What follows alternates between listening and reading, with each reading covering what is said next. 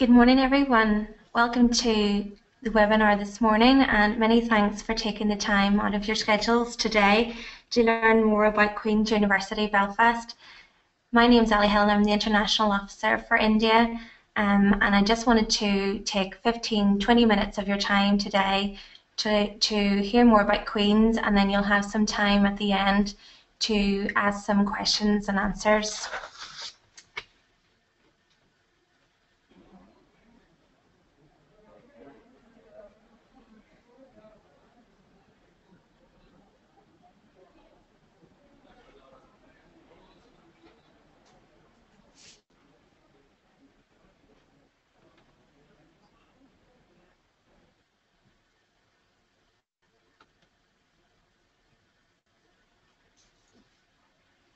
Okay, so moving on to the first slide. So Queen's University was founded in 1845 by Queen Victoria and is the 9th oldest university in the UK. And you will see from the photo on the slide that Queen's is a red brick university and is very much steeped in history and culture. And although it's a city centre university, Queen's is located in an area of Belfast which is very much suited to students and provides a very scenic environment for students. It's located just on the edge of a botanical gardens, and there's an area with lots of cafes and restaurants, which is just suitable for students to pop out during lunchtime.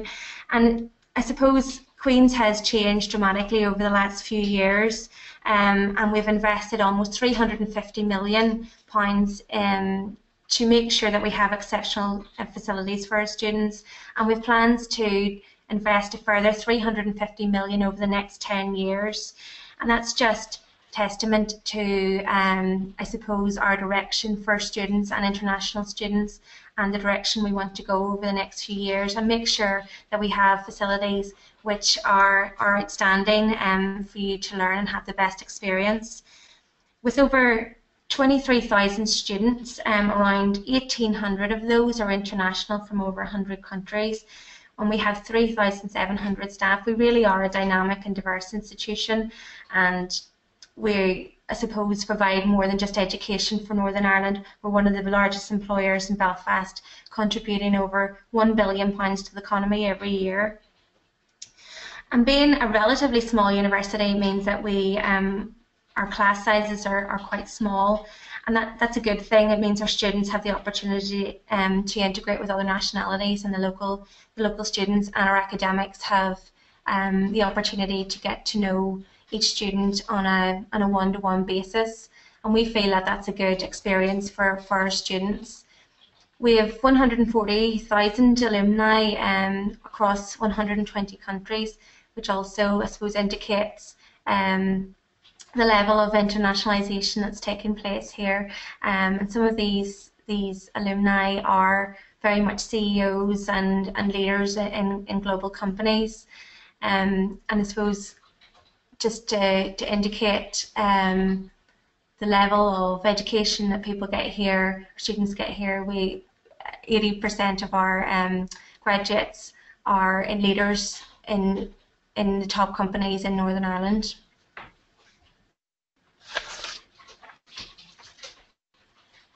So leading on to more about the institution, Queen's University is part of the prestigious Russell Group University, and is top 1% of universities across the world. It's also known as Ireland's Oxbridge, which means, I suppose, it's the UK's Ivy League of universities. And the Huffington Post back in 2014 indicated that Queen's was one of the world's 15 most beautiful universities. Which is a great accolade for its beautiful campus here in Belfast. And every 4 years, the Research Framework, Excellence Framework, reviews quality of research in UK higher education institutions. And in 2014, the results placed Queen's 8th in the UK for research intensity. So over 75% of research activity at Queen's was judged to be internationally excellent or world leading. And we're very, very proud of that accolade, and that's across areas which impact right across society, in food security, in education, in pharmacy, in health, astrophysics, cybersecurity, and many, many other areas as well. And I suppose what sets Queen's apart from other non-Russell Group universities is that our academics, although leading in all of this research, are still available for teaching at the university. And this means that our students have access to the most up-to-date and relevant research at all times, giving them that competitive edge when they leave the university.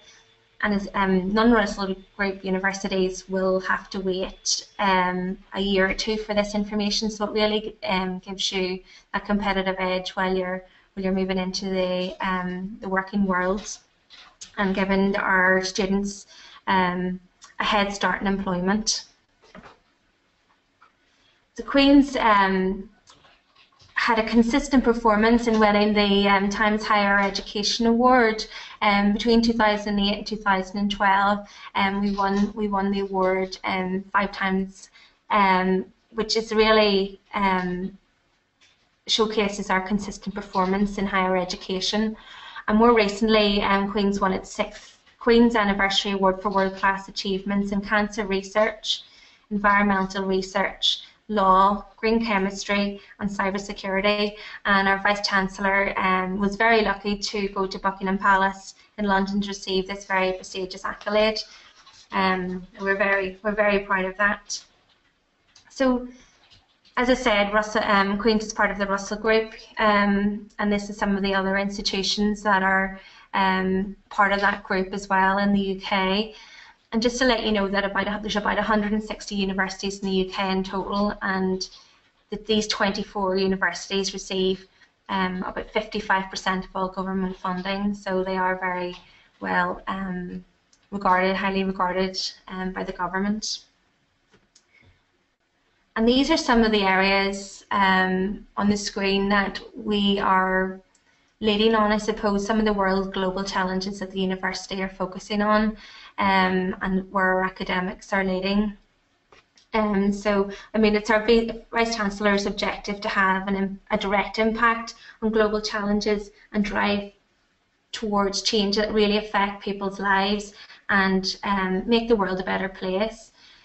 Health sciences being one of them, astrophysics being another, but one of the biggest global challenges that Queen's are driving towards is the safety of our food. So our academics and researchers track and prevent contamination of crops and animal feeds and foods, and they also help detect fraud along the supply chain and develop advanced food provenance systems to help improve the quality of our food. And that's one of the huge areas that our academics are leading on. So you can see that there's a wide variety of research that Queen's pride itself on in being involved in helping these global challenges. Moving on to our rankings, this screen highlights, this slide highlights the Times Good University Guide and also the Guardian for 2016, and you'll see there that we have 25 subjects in the top 20 and 15 subjects in the top 10.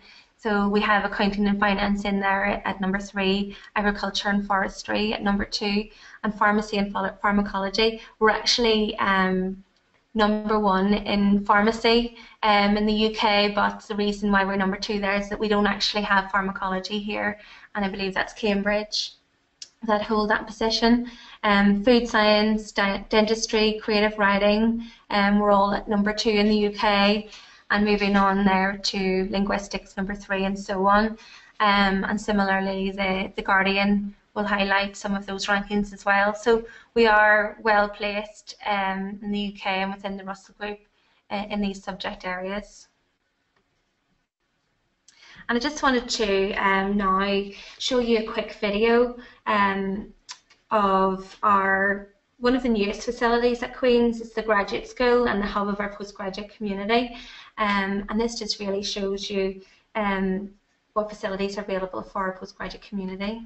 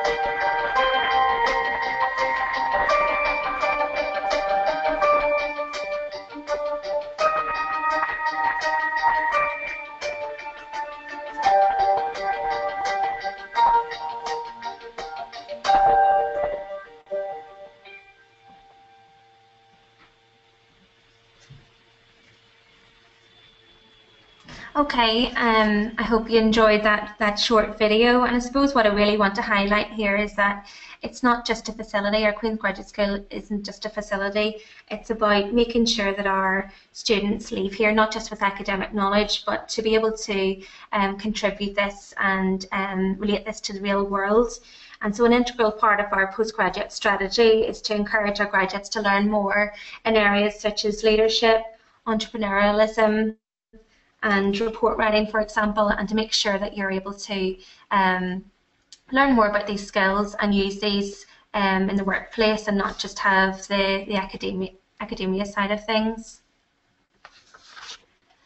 And so just want to introduce you to the city. I think it's also the destination is equally as big a part of your decision when you choose to study somewhere. And so I just wanted to learn tell you a wee bit more about Belfast, which was recently voted as the best UK city in 2016 by the Guardian Travel Awards, and that really is an accolade of a city that is truly on the rise. Located in Northern Ireland, Belfast is part of the UK, but it's just 1 hour's journey from London by plane, so it's very, very accessible, and it is one of the fastest growing tourism destinations in all of Europe.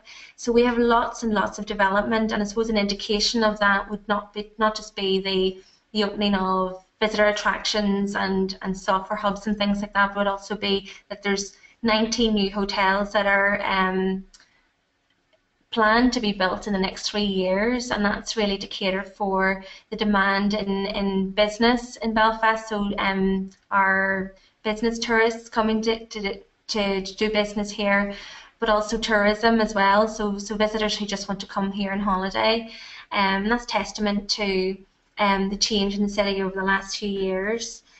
Also important to point out that outside of London, Belfast is the second city for foreign direct investment, and is also the second biggest software hub outside of London. And actually part of Queen University is located in Titanic Quarter, in a hub that is really the hub of innovation and software development, which is impacting the world on a global scale. And that's, if you were interested in an area of cybersecurity, for example, you would have the opportunity to go down there and be part of that. So we are creating students with that competitive edge who really have experience in the real world, I suppose. So it's a small city, it's a compact city, it's very, very accessible to get around. The city's just a 15-minute walk from the main campus, and we've just recently had Belfast bikes installed throughout the city, which allows it very easy to get around and connects the city very well. It was also referred to as a treasure with an incredible atmosphere by the National Geographic Traveller in 2012. So Belfast is definitely, it's like a hidden gem of Ireland and the UK. People are only starting to find out about it and become curious about this city on the rise. And when people visit and students study here, they really appreciate the authenticity and the charm that still exists here, making it the perfect place to spend time and study. It's very real. We do have international students, but it's not to the point where every person you meet in the street is international. There's very much an opportunity to integrate with the local people here as well.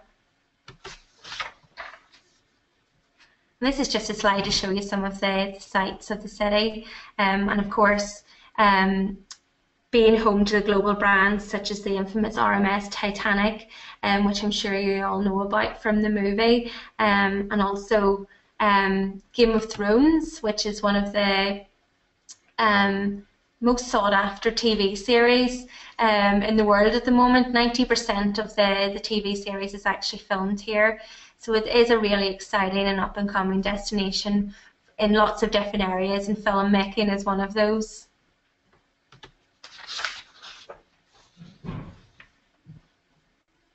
And so the city is obviously, I'm sure you've heard, internationally renowned for its warm and friendly people. And and that's something that's quite charming, and students comment on when they come here.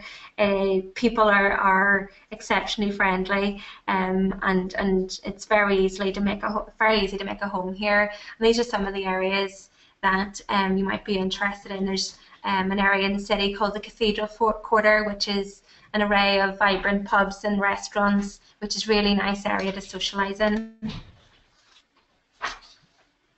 And most importantly, I suppose, I think it's important to highlight that Belfast is the most affordable city in the UK to study, and it was named that in 2016. So in comparison to maybe other cities in the UK, it's very, very affordable. And to give you an idea or an example, it would cost a student on average approximately £600 to £700 per month to live in Belfast. And this would include costs such as your accommodation, socialising, food and transport costs. And that's maybe in comparison to London, where it would cost you around £1,500 per month. So it is significantly cheaper and more affordable to live here. And the standard of living here would be also much higher. We're not a huge city, so it means that you have lots of space. It's not overcrowded, and it's on the gateway of some of the most spectacular scenery in the world, the North Antrim coast. There's a drive from Belfast to the North Antrim coast to the Giant's Causeway, which is a World UNESCO site.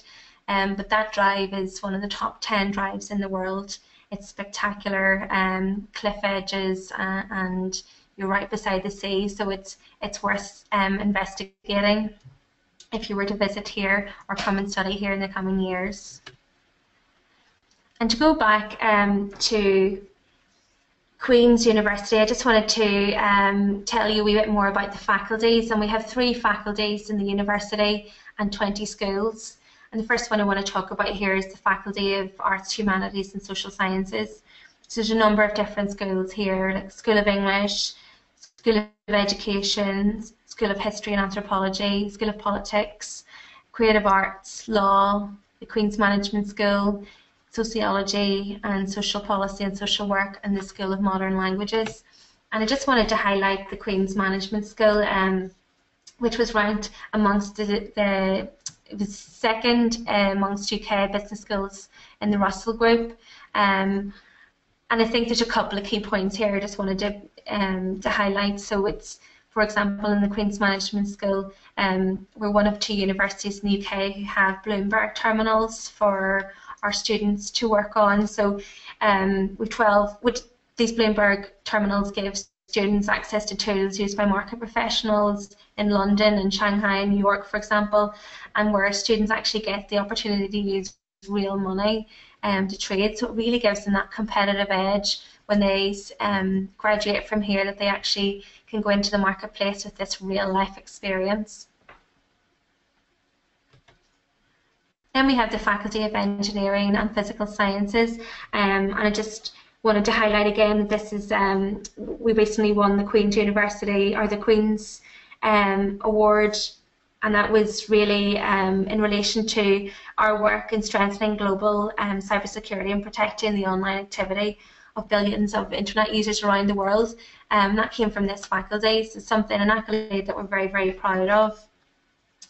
We also have a new state-of-the-art computer lab opening in September 2016, and this is where a significant amount of our investment has been in the last couple of years, and we're very excited for this new facility to be opening up. And that's obviously as part of the School of Electronics, Electrical Engineering and Computer Science. We also had the School of Chemistry and Chemical Engineering, and I just wanted to point out that we are the only combined school in the UK for both these disciplines, where they both have a common first year, and students at the end of that can choose where their strengths are and whether they want to study chemistry or chemical engineering. So it's it leaves students with a wee bit more flexibility, I suppose, if they don't know exactly what they want to do. And the same is for mechanical and aerospace and product design engineering. All of those years are common, and then the student can decide at the end of the first year which area they want to focus on. And we also have the School of Mathematics and Physics and School of Geography, Archaeology and Paleoecology in that faculty. And finally, we have the Faculty of Medicine, Health and Life Sciences, and very popular is the School of Medicine, Dentistry and Biomedical Sciences, and School of Pharmacy, where we're #1 in the UK, School of Biological Sciences and School of Nursing and Midwifery. And I just wanted to highlight again, I know I highlighted earlier, but the food security strengths that we have here at Queen's. So the Institute of Global Food Security, one of our academics, is a particularly specialist in this field, and he's the director of the institute and is the advisor for the UK government in this area. So it means that you're working with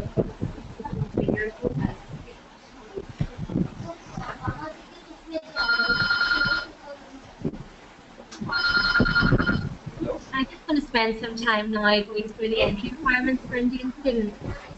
Being an undergraduate, an average mark of 70 to 85% or higher in the standard Indian 12 is required, and the exact percentage will depend on the programme you've chosen.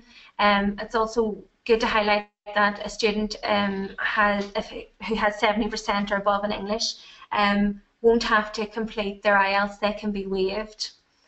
And between 30 to 36 points in your International Baccalaureate diploma would be required for an undergraduate programme here at Queen's.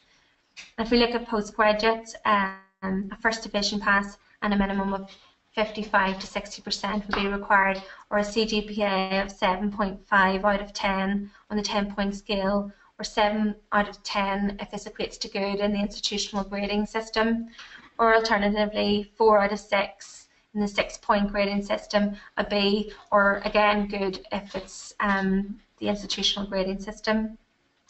All PD applicants will then need to have a 6.5 in their IELTS or above for our postgraduate programmes. And I think probably one of the slides you've been waiting on the whole presentation is to find out more about our scholarships here at Queen's. And so we've invested over 1.5 million in international scholarships this year, or for 2016-17. So the undergraduate scholarships, we have an international office undergraduate scholarship, which is £2,500 to £3,000 for the first year, depending on the programme that you choose. So we also have the Vice Chancellor's International Attainment Scholarship, of which we have 2. And these are fully paid for all years of the programme, so they're very much sought after.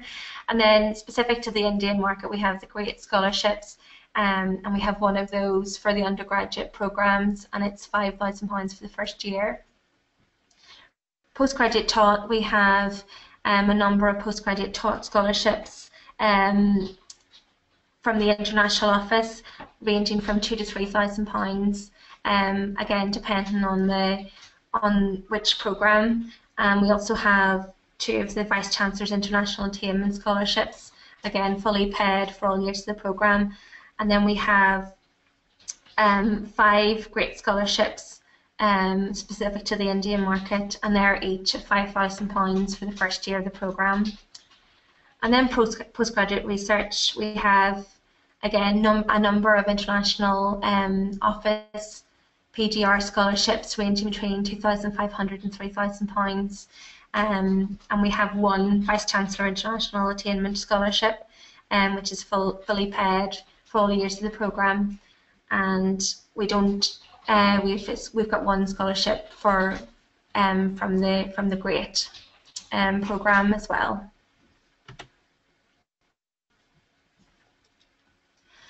And finally, I just wanted to sum up Queen's and it being a place to study and live. I've highlighted some of the facilities. I wanted to highlight the Queen's Elms, which is the accommodation for Queen's, which is just about a 10-minute walk from the main campus. We've recently invested 45 million in this student village, and it has its own shop and restaurant, 24-hour security, Wi-Fi, and we have an area where international students can all live together, but there's also an opportunity to very much mingle with the domestic local students as well, which is a great place to meet people. Again, I just want to highlight the cost of living in Belfast. It is the lowest cost of living in the most cost efficient city in the UK. We also have the clubs and societies here, and we have over 190, and we do have a society that is specific to the Indian market and very, very vibrant and hold their own events here, and it's a great way to meet people when you come to the city. And Belfast, I think, this is also very important to highlight, is the second safest city in the world behind Tokyo. So it's petty crime doesn't really happen here. You're very, very safe. It's a small city, and everything's in close proximity. So there's people do feel comfortable walking around on their own, and it's got a small community for you to get to know. And I suppose this is quite funny. I don't have very many £100 notes in my purse, but Queen's University is featured on the front of our £100 note, and I suppose this just really reflects the status of Queen's within Ireland and the UK. It is a pillar of our community, and I suppose we're quite famous that we have our own currency here at Queen's. So I thought I would end with that, and I just wanted to highlight again that you can either contact myself for information about Queen's, or we also have an India office based in Delhi, and your contact there would be Ashish Vats, and feel free to contact him at any time, and that would be his email address, or contact me after the webinar if you want a telephone number or anything, but we are here to help you answer any queries. And now it's time for questions and answers, and if anybody wants to send those through now or contact me afterwards, that's absolutely fine. But thank you for your attention and for calling in this afternoon, and I hope that we can see you and welcome you to Queen's over the coming years. Thank you.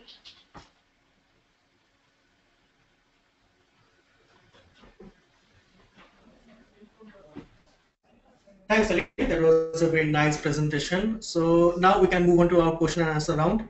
So the first question is from Ravi Gandhi. His question is, I'm from State Board and I want to take computer science for a bachelor degree. So if he can get IELTS waiver with 70% in English. So Ali, is State Board or CBSE IC, is there any problem?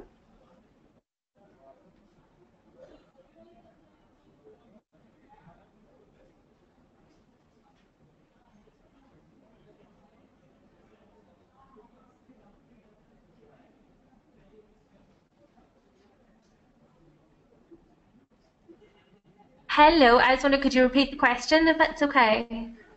Yeah, sure. So the question is from Ravi Gandhi. I am from State Board and I have secured good percentile. I want to take computer science course for bachelor degree. So can I get an IELTS waiver, or is it only for CBSE ICSE board? So he has a 70% in his English, is that right? Yeah, he has got 70% in English, but he's from State Board, not CBSE or ICSE. So is there any specification that the student needs to be from CBSE or ICSE? Yes, he would need to complete his IELTS. Okay. For 12. Okay. Sure. If a student has 70% in the state, they would be waived. They wouldn't have to complete their IELTS. No, but does it need to be from CBSE or ICSE, or is State Board okay? Yes, that's okay. Okay, okay, great. So the next question is from Ayushi Pandey. I am looking for a PG course in accessory designing. Is there any option for that? Which designing was that?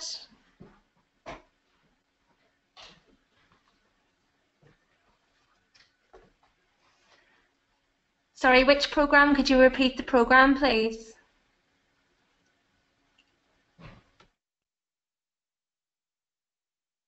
Hello?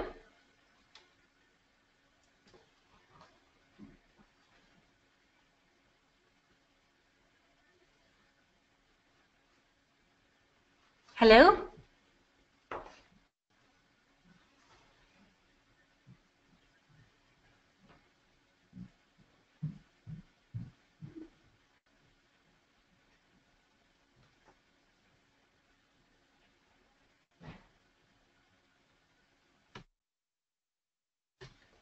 Hello?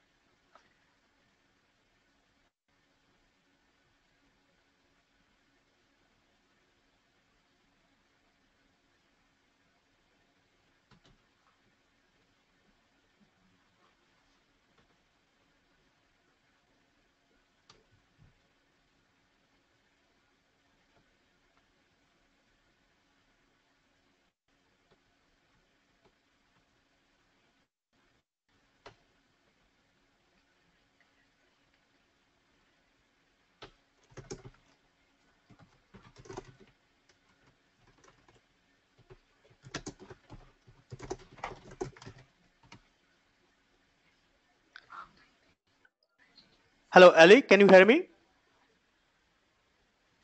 I can hear you now. Sorry, I must have lost connection there. Yeah, yeah, it's fine, no problem. So, yeah, there's the next question. Is there any PG course in accessory design?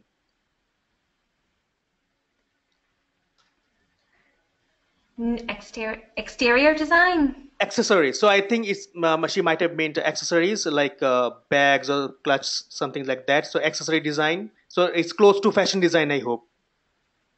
Oh, no, unfortunately not at Queen's. Okay. All right. So the next query is from.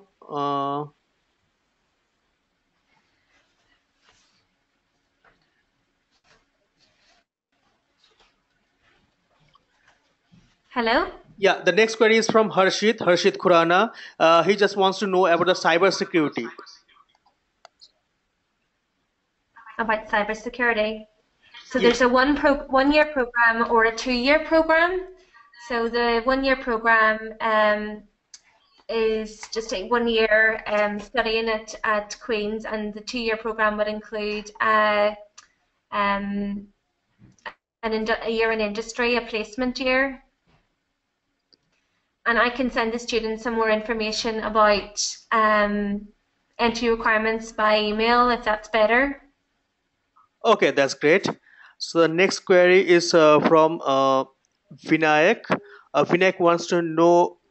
Okay, his query. Vinayak, could you please type in your question again?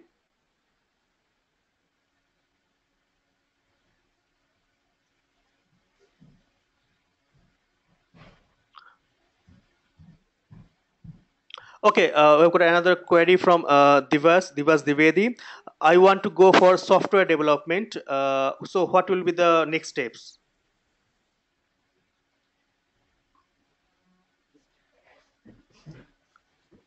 Hello, my name is Heather. I'm just here with Ali, so I'm going to help with some of the questions as well today. Sorry for interrupting. So for the software development program, it's not necessary that that your undergraduate degree has been in a computer-related science. In fact, this particular program would be for those students who do not have experience in computer science. So it's a conversion program. So depending on your undergraduate degree, if you have already done some computer science, we would not recommend software development But if you haven't already had experience in that sector, then it would be a good conversion program for you. In terms of application, in terms of the application process, we would just require you to apply online through our direct application portal, and my colleague Ali can send you the link for that. You would just be required to provide your degree transcript so that we can do some compatibility testing, and also your English language certificate if you already have that. Okay, there's a query from Jatin Bhatia. Have you got courses in like masters in business analytics or masters in finance with business analytics?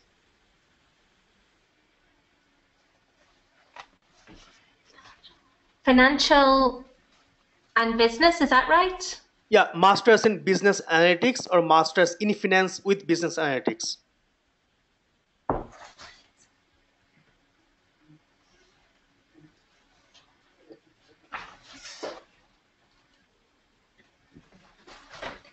Okay, well, we have two different options in our management school. So we do have a finance master's, so it's a master's in science and finance, and some of the program content includes things like asset pricing, international finance, derivatives, and credit risk management, for example. Is that what you're looking for? I think yeah, that's. I think that was it. And he has got a second query: is TOEFL score accepted instead of IELTS? Yes, we do. We can accept the TOEFL, but it must be the it must be the IBT, not institutional TOEFL. Okay, great. So it must be the internet-based TOEFL, not the institutional TOEFL. Okay, I've got a query from Satish. I am looking for PhD in management. I scored 600 in GMAT. I have 13 years of work experience in different industries in India. I would like to know if the PhD program is fully paid at Queen's Management School. If it's fully paid? Yeah, he's asking if he's fully paid, like a PhD in business. Do you mean opportunities for a scholarship? Yes, because I think he's looking for a PhD in management. He has already done with your GMAT, 600 in GMAT, and he has got 13 years of work experience. So he's asking if there is any like fully paid PhD program in Queen's School, Business School. We do have the management school does have some separate scholarships and some higher values, and we do have the opportunity for some students to avail of our full fee scholarship. So it would be an application process, so we would have certain criteria and a matrix that would be used to determine the successful candidate. But yes, we do have some scholarships that the student can apply for, which would include the full tuition fees. Our scholarships are only for tuition fees. We do not include the living costs in our scholarship proposition. Okay, so here's another query from Divas. He's asking if SAT score is required for undergraduate study. SAT score, is that required? No, that's more for the US market. It's not for the UK. It's not necessary.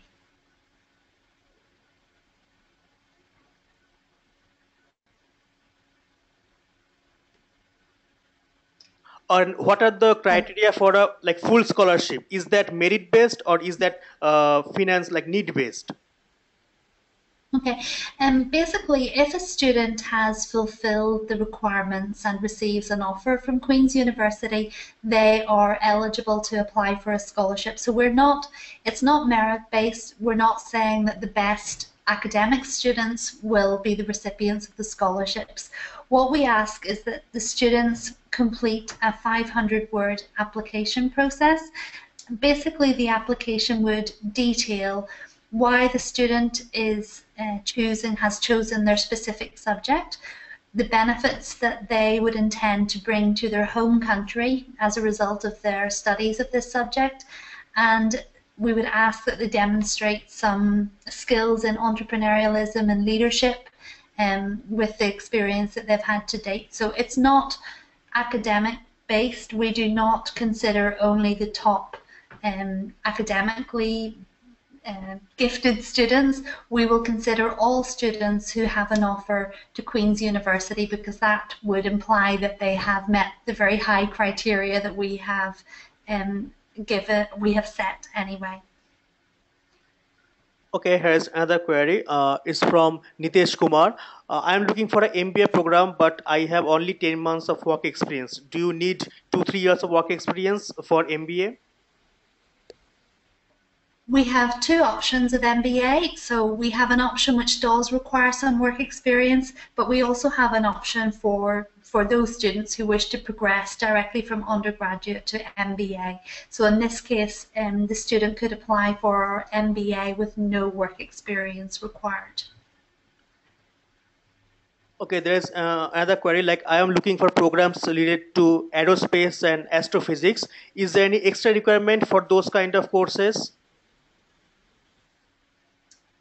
Not, we do have the general criteria. So in terms of maybe it will be a GPA of 3 or above in their undergraduate program. Sorry, and was it for undergraduate or postgraduate? Okay, this query is from Soptik. Soptik, are you looking for masters or bachelors?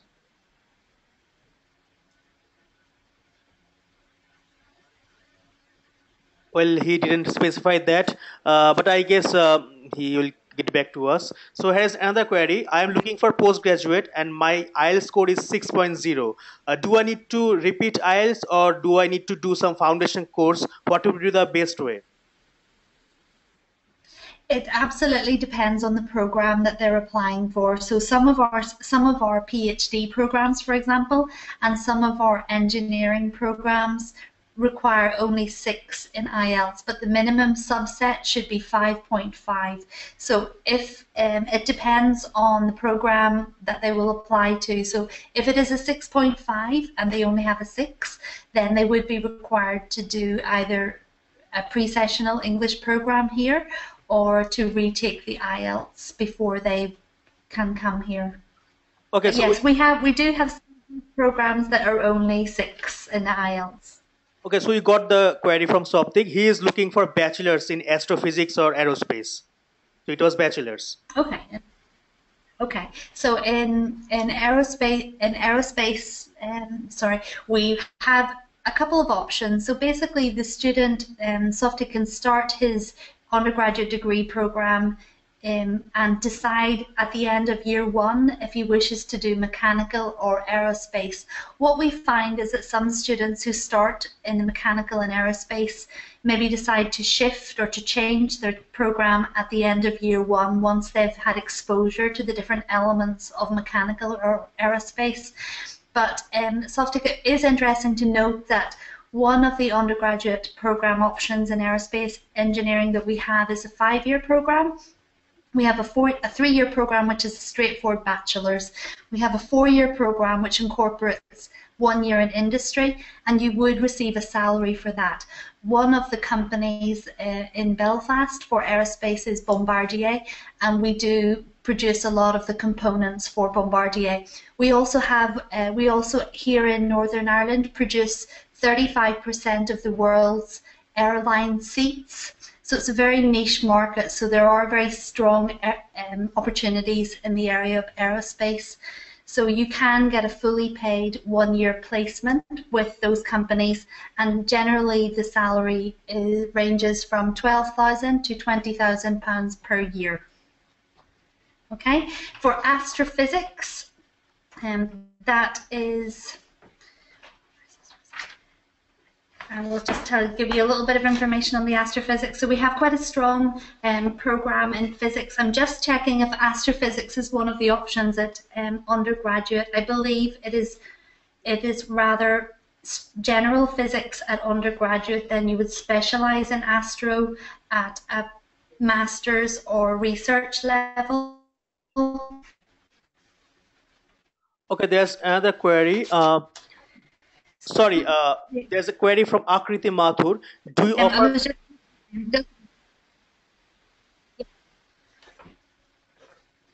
Sorry, can you repeat? Sorry, I think there was a little bit of a Yeah, sure. overlap. Yeah, the query is, do you offer masters in intercultural and international communication?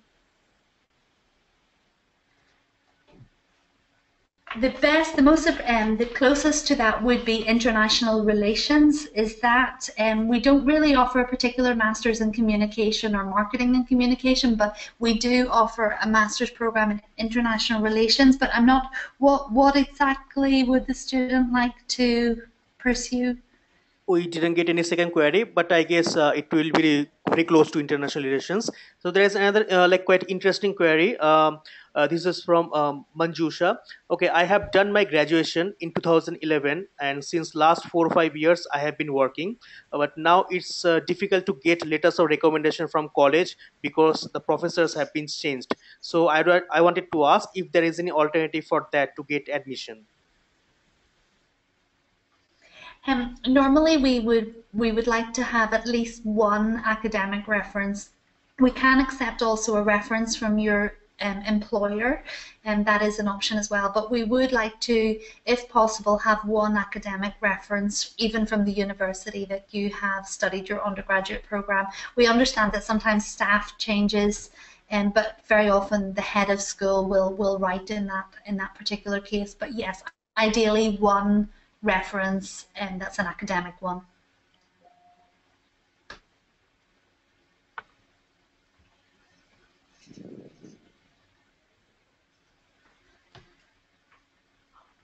Okay, there's another query from Harjeet. What is the services can I get from the from the university or the career services to get jobs or placements after finishing studies?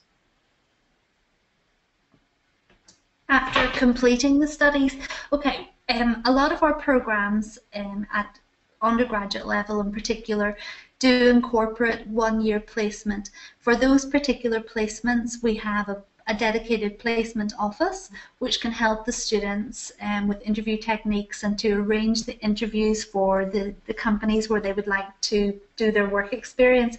If you mean a job, a full-time permanent job after graduation, that's a separate issue. Normally in that case it would completely depend on the visa and the UK government, so we do not have as much authority on that particular area. We have quite a number of global companies here in Belfast, but also within the UK we have a large number of global companies, and if the student is considered to be if you do your placement in a global company and that company wishes to recruit you after graduation, then they will apply for a special visa on the student's behalf, but we cannot influence on visa issues, unfortunately, so it really would depend on the student finding a global employer or a local employer who wishes to have the particular skill set that that student is bringing. Is there option for internship or any kind of paid placement while doing a master's course, like a 2 months or 3 months or 4 months of internship during master studies? Yes, there is, absolutely. So the master's programs in the UK are quite different compared to the US. So in the US, the master's programs are 2 years, but it's 2 academic years, so it's not a full 24-month period. In the UK, the masters are typically 12 months, 12 full calendar months. So you start in September, you finish in September. But basically from September until June, you will be in classes and you will be doing ongoing assessment. For the last 3 months of the program, you're required to do a dissertation. In that case, you can choose to do a placement in industry, and you can base your dissertation around a specific requirement of industry. So for example, if you're doing a master's in accounting, for example, you can do a placement in KPMG or Pricewaterhouse. They can give you a specific project that they wish you to develop as your dissertation.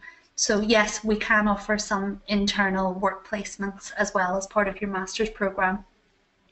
There's a query from Vamsa Krishna. I have got less than 60% in my BTech, but I have got a very strong record of extracurricular and co-curricular activities. So will that be considered while getting a partial scholarship for my PG? Generally, the academic requirements cannot be compromised, and we cannot. Normally, we will expect, we will require that the full academic requirement is met. That is probably the number one criteria that we would consider.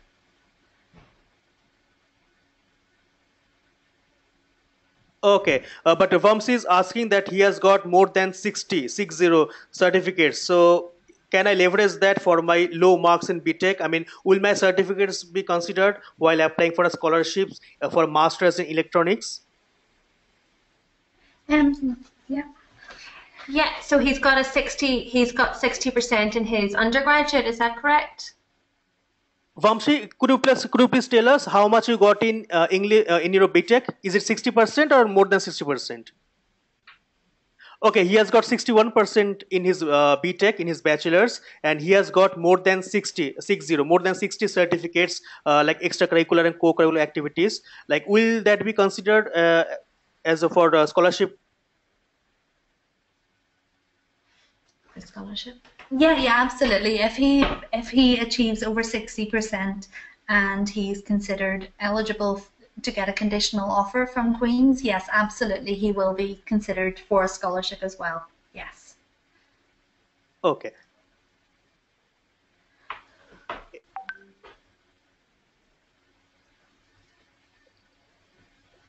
Okay, we will take two more questions because yeah, it has been quite a nice question answer round. We'll take two more questions. So just two more because we have been getting many queries. But please feel free to email Ali or Ashish directly. You have got their email IDs. Just two more queries we'll take. Okay, so we have got one query from Ratri Chaudhary. How much I have to score in GMAT to study in this university? GMAT is not required in the UK. GMAT is rather for the US market, so it's not a prerequisite for studying in the UK. Okay, so there's another query. Like there are few UK schools like Imperial or London School of Economics or Political Science. Like some of the other schools, they ask for GMAT. So why does Queen's University don't ask for that? Is it something different from those UK schools? Are these, so this is somewhere like London School of Economics or the Imperial College or Cambridge or Oxford. Normally those particular universities also, they only accept direct applications. They will not accept, so I guess it's part of their criteria to completely, because the volume of applications that they received is so great. I'm not sure why they accept that they ask for GMAT though. I'm not. We'll look into it and we will come back to you if you can send us an email, and we will check that. But we know that other comparable Russell Group universities do not require the GMAT. Okay, the last query is from Kimi. What's the procedure for switching to PhD while doing the MS? So I guess yeah, she wants to go for a PhD after masters. So what will the procedure? Like, does she need to apply to the university again, or like is it done internally? Normally, if this, first of all, for a PhD, because it's quite a specific research area, we have to check if we have a member of staff who can supervise the PhD candidate. So normally what we would ask before any applications are made, we would ask the student to send us an outline proposal of their research topic, and with that information we can check with the individual schools if there is a researcher or a particular academic who could supervise that research area. That would be the first step.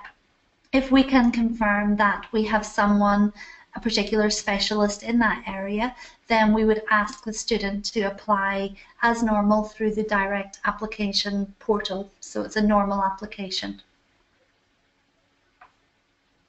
All right, thanks Ali, and thanks to a lot of thanks because there were a lot of queries. So thanks for answering them. I hope you guys enjoyed the webinar, and I guess most of you got your queries cleared. If we might have missed out on few queries and questions, so please feel free to email Ali or Ashish directly, and they'll get back to you. Otherwise, yeah. So I guess that's it from us today.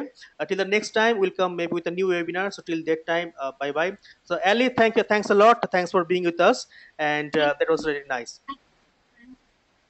Okay. Yeah. Okay. All right. Bye.